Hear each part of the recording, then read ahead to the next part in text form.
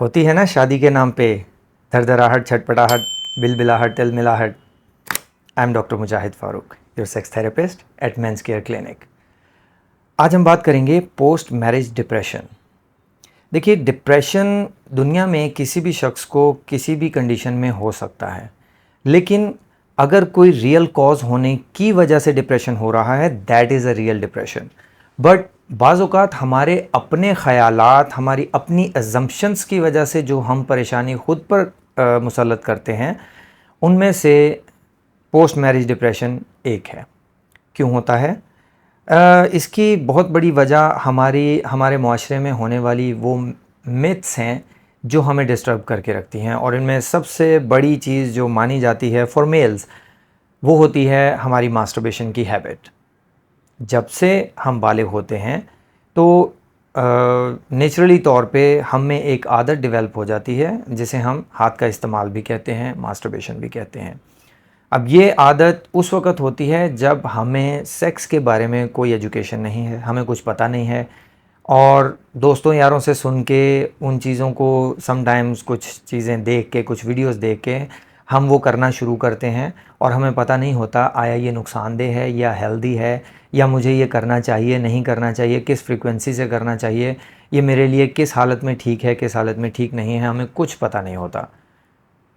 कर तो लिया, गया वक्त हाथ नहीं आता, और हाथ का इस्तेमाल किया हुआ काम वापस नहीं आता।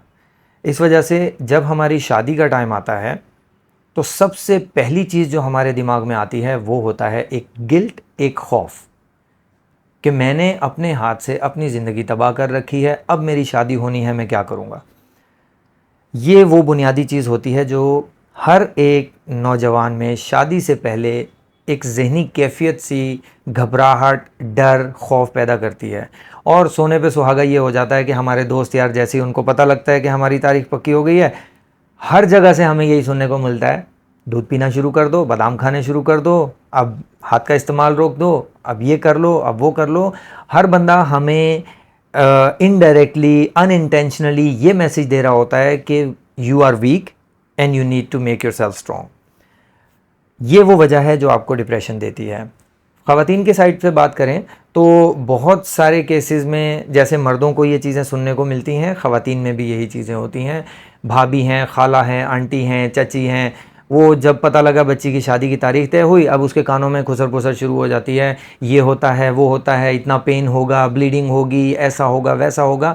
ये सारी चीज़ें बच्ची के दिमाग में एक खौफ, एक दर्द का खौफ पैदा कर देती हैं, जिसकी वजह से वेडिंग नाइट पे दोनों फेलियर का शिकार होते हैं। और बदकिस्मती से उस वेडिंग नाइट को जो फेलियर होता है, उसका सारा इल्ज़ाम बेचारे मर्द के सर पे जाता है कि ये कुछ नहीं कर पाया, जबकि उसके पीछे वजह या तो दोनों पार्टनर हो सकते हैं या दोनों में से कोई एक पार्टनर उसकी वजह बन सकता है।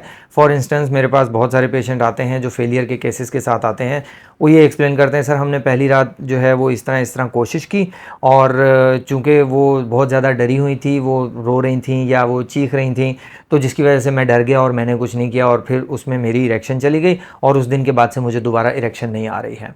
अब उस डिप्रेशन की वजह से आप फर्स्ट नाइट जो फेलियर फेस किया, उस फेलियर ने आपको मज़ीद डिप्रेशन में डाल दिया कि ये मेरे साथ क्या हो गया, पहले तो ऐसा नहीं होता था, अब ये क्या हो गया।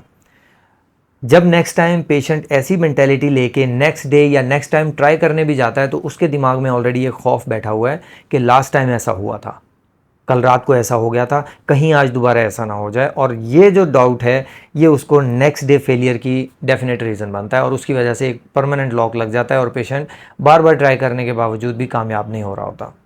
और इसी तरह से फ़ीमेल भी जो है वो, अगर उसको ऑलरेडी ऐसे केसेस पता हैं या ऐसी स्टोरीज़ सुनाई गई हैं, तो वो डर की वजह से रेजिस्टेंस पैदा करती है, वो अपने पेल्विक फ्लोर के मसल्स को ग्रिप कर लेती है, हार्ड कर लेती है, जिसकी वजह से मेल पार्टनर को रेजिस्टेंस का सामना करना पड़ता है, जिसकी वजह से वो कुछ भी नहीं कर पाते हैं। तो इस डिप्रेशन के लिए बेहतरीन चीज़ ये है कि अगर आप मेल हैं या फीमेल हैं, आप अपने डॉक्टर से मिलिए, उन्हें अपनी प्रॉब्लम या अपने ख़दशात के बारे में बताएं, ताकि वो आपको साइकोलॉजिकली स्ट्रॉन्ग कर सकें, आपकी गैर ज़रूरी परेशानी को ख़त्म कर सकें। टाइमली आप इन्वेस्टिगेशन कर लें अगर आप चाहते हैं, ताकि अगर कोई प्रॉब्लम मौजूद है तो तो आपको वक्त से पहले ही उसका अंदाज़ा हो। बहुत शुक्रिया, थैंक यू।